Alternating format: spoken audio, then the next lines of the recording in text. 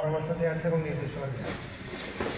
ওনারা আপনাদের সাথে সমন্বয় করে আপনারা তো পালা ওয়াইজ আমার অফিসার চলে যাবে, আপনারা পৌঁছানোর কিছুক্ষণ পরেই আমার থানা থেকে অফিসারদেরকে বর্জন করা আছে, তারা চলে যাবে, একটা ডিউটি রোস্টার খাতা করে দেওয়া হবে। ওইখানে পালা ওয়াইজ পূজা মণ্ডপ কমিটির সদস্য প্লাস হচ্ছে যারা স্বেচ্ছাসেবক কমিটির দায়িত্বে আছে তারা এবং আপনারা যারা থাকবেন, আপনাদের আনসার সদস্যের মধ্যে থেকে একজন ওনার মোবাইল নাম্বারটা দিয়ে দিবেন, সার্বিক দায়িত্বে থাকবেন ওখানে সার্বক্ষণিক, যেহেতু আপনারাই ওখানে উপস্থিত থাকবেন। ওইখানকার ওই মোবাইল নাম্বারটা আমার অফিসারকে দিয়ে দিবেন এবং আমার অফিসারের মোবাইল নাম্বারটা আপনারা রেখে দিবেন, খাতার উপরে লেখা থাকবে।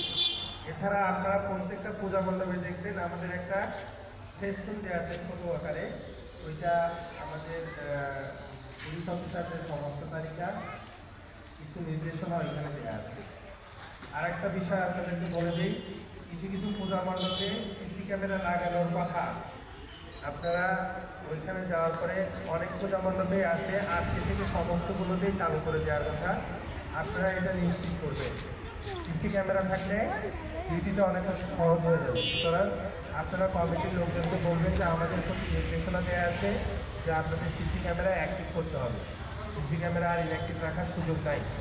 আগামীকালকে ষষ্ঠী, সম্ভবত আগামীকালকে থেকেই পূজার কার্যক্রম পোড়াজমে চালু হবে।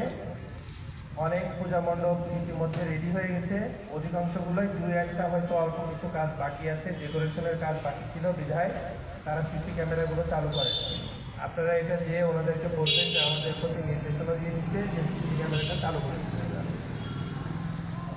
আমার জানা মতে শুধুমাত্র 7টা ইয়েতে পূজা মণ্ডপে ছিল না, তাদের মধ্যেও 3-4 জনের করার কথা।